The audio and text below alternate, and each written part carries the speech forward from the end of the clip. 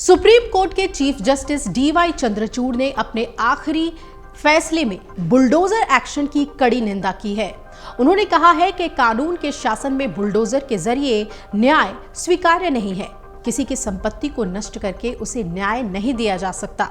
Bulldozer चलाने की धमकी देकर लोगों की आवाज को दबाया नहीं जा सकता। ये कानून की नजर में सही नहीं है और इसे स्वीकार नहीं किया जा सकता।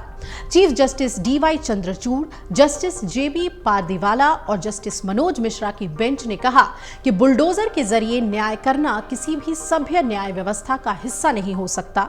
3 जजों की बेंच ने यह भी कहा कि अवैध या गैर कानूनी अतिक्रमणों को हटाने के लिए कार्रवाई करने से पहले राज्यों को उचित कानूनी प्रक्रिया का पालन करना चाहिए।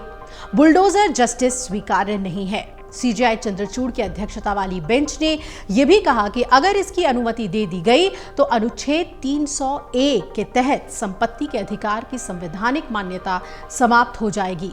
संविधान के अनुच्छेद 300A में कहा गया है कि किसी भी व्यक्ति को कानून के प्राधिकार के बिना उसकी संपत्ति से वंचित नहीं किया जाएगा।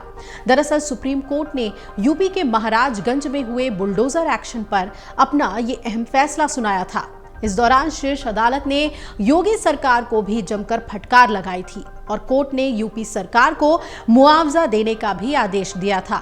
योगी सरकार के बुलडोजर एक्शन पर चीफ जस्टिस डीवाई चंद्रचूड़ ने कहा कि आप इस तरह लोगों के घरों को कैसे तोड़ना शुरू कर सकते हैं। किसी के घर में घुसना अराजकता है, ये पूरी तरह से मनमानी है। उचित प्रक्रिया का पालन कहाँ किया गया है। चीफ जस्टिस ने यह भी कहा कि हमारे पास हलफनामा है जिसमें कहा गया है कि कोई नोटिस जारी नहीं किया गया था। आप केवल साइट पर गए थे और लोगों को सूचित किया था। क्या इससे न्याय का उद्देश्य पूरा होगा? चंद्रचूड़ ने यह भी कहा कि जिसका घर तोड़ा है उसे 25 लाख रुपए का मुआवजा सरकार दे। आपको बता दें कि चीफ जस्टिस डीवाई चंद्रचूड़ आज कोर्ट से रिटायर हो जाएंगे, लेकिन उनका ये फैसला बहुत ही अहम है। अपने फैसले में कोर्ट ने कहा कि बुलडोजर के माध्यम से न्याय में न्याय शास्त्र की किसी भी सभ्य प्रणाली के लिए अज्ञात है। भारत के मुख्य न्यायाधीश की अध्यक्षता वाली पीठ ने यह भी कहा कि एक गंभीर खतरा है कि यदि राज्य के किसी भी विंग या अधिकारी द्वारा उच्च स्तरीय और गैर कानूनी व्यवहार की अनुमति दे दी जाती है तो नागरिकों की संपत्तियों का विध्वंस बाहरी कारणों से चुनिंदा प्रतिशोध के रूप में होगा। यानी कि आप ये तय कर लेंगे कि इस तरीके से प्रतिशोध लेना है और बुलडोजर का एक्शन आपके लिए सबसे आसान है। अदालत ने किसी भी संपत्ति को ढहाने से पहले 6 जरूरी कदम उठाने के भी आदेश दिए हैं और कहा है कि अधिकारियों को पहले मौजूदा भूमि रिकॉर्ड और मानचित्रों को सत्यापित करना होगा।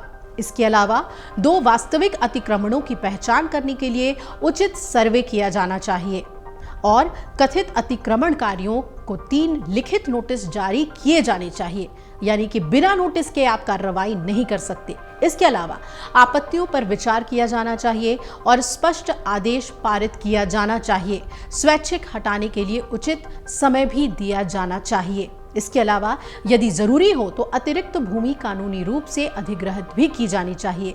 आपको बता दें कि ये दिशा निर्देश सितंबर 2019 में यूपी के महाराजगंज जिले में पत्रकार मनोज टिब्रेवाल आकाश के घर को ध्वस्त करने के मामले में सुनाए गए हैं, ये मानते हुए कि राज्य द्वारा अपनाई गई पूरी प्रक्रिया बहुत ही क्रूर थी। अधिकारियों ने दावा किया कि राष्ट्रीय राजमार्ग के विस्तार के लिए विध्वंस जरूरी था। वहीं जब इस मामले की जांच की गई तो जांच में उल्लंघन का एक ही पैटर्न सामने आया, जिसे अदालत ने राज्य शक्ति के दुरुपयोग का उदाहरण बताया। 9 नवंबर 2022 को उन्होंने सुप्रीम कोर्ट में चीफ जस्टिस का पदभार ग्रहण किया था और जस्टिस संजीव खन्ना अब भारत के अगले चीफ जस्टिस होंगे। लेकिन सीजेआई का ये अहम फैसला मील का पत्थर साबित होगा। अगर आप ये वीडियो YouTube पर देख रहे हैं तो हमारे चैनल को सब्सक्राइब कर बेल आइकन दबाएं और Facebook पर देख रहे हैं तो हमारे पेज को लाइक करें। 8 मिलियन प्लस सब्सक्राइबर, आपके इस भरोसे के लिए बहुत धन्यवाद।